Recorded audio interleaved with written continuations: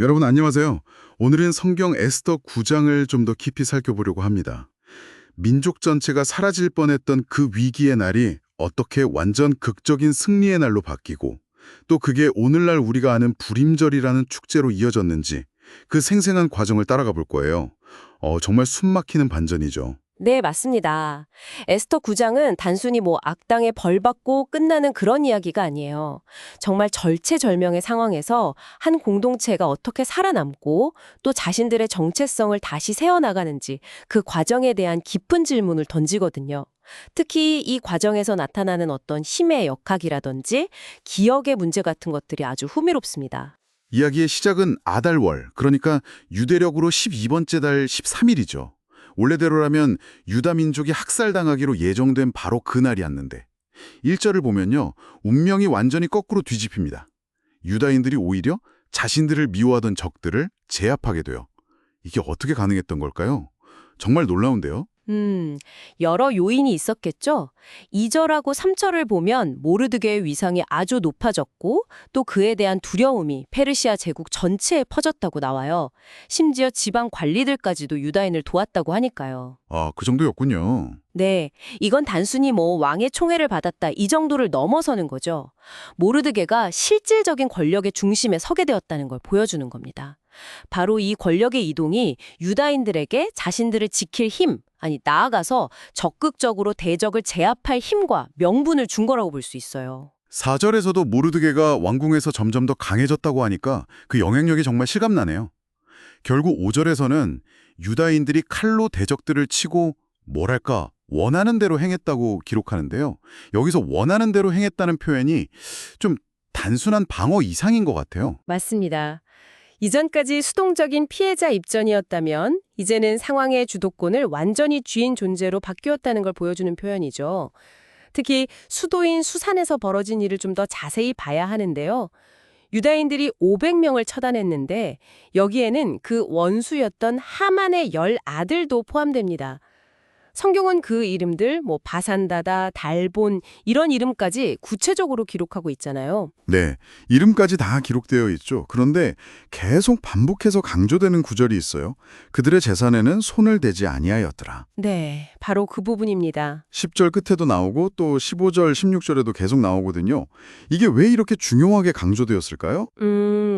아마도 이게 단순한 약탈이나 사적인 복수가 아니라는 점을 분명히 하려는 의도였을 가능성이 높습니다. 그러니까 재물이 목적이 아니라 생존을 위한 정당 방위 혹은 공적인 정의를 집행하는 성격이었다는 걸 부각하려는 거죠.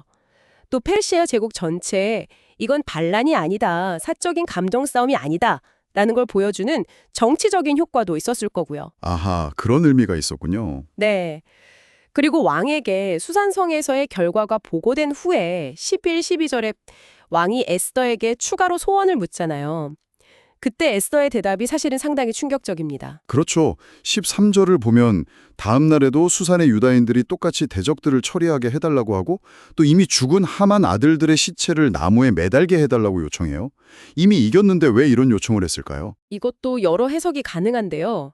첫째는 승리를 확실히 하고 혹시 모를 잠재적인 위협 세력을 완전히 제거하려는 의도일 수 있고요.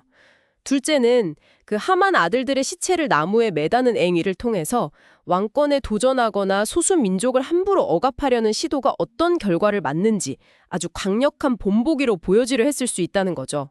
아, 단순한 잔인함이라기보다는 정치적인 메시지군요. 네, 그런 성격이 강하다고 볼 수 있습니다. 왕은 이걸 허락하고 다음 날 수산에서 추가로 300명이 더 죽임을 당하게 되죠. 14, 15절. 와, 수도인 수산의 상황이 정말 치열했네요. 그럼 제국의 다른 지역들은 어땠나요? 16절을 보면 다른 지방의 유다인들도 스스로를 지키기 위해 일어나서 대적 7만 5천 명을 죽였다고 기록되어 있어요.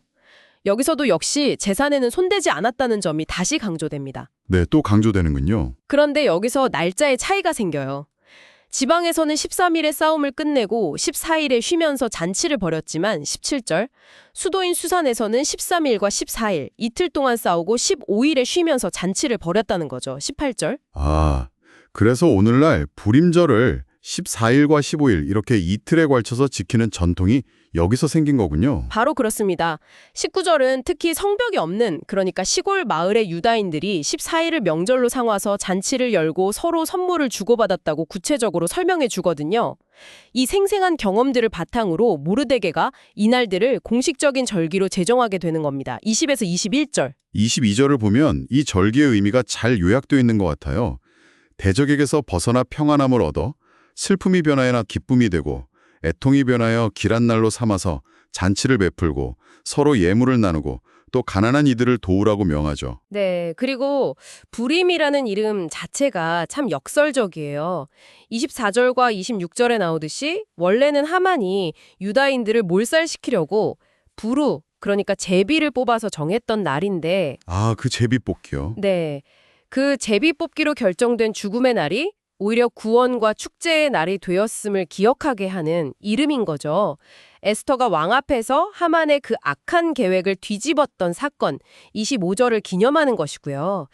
이 불임절 규례는 이제 모든 후손들, 그리고 유다 공동체와 함께하는 모든 사람들이 대대로 기억하고 지키도록 확정됩니다. 27, 28절.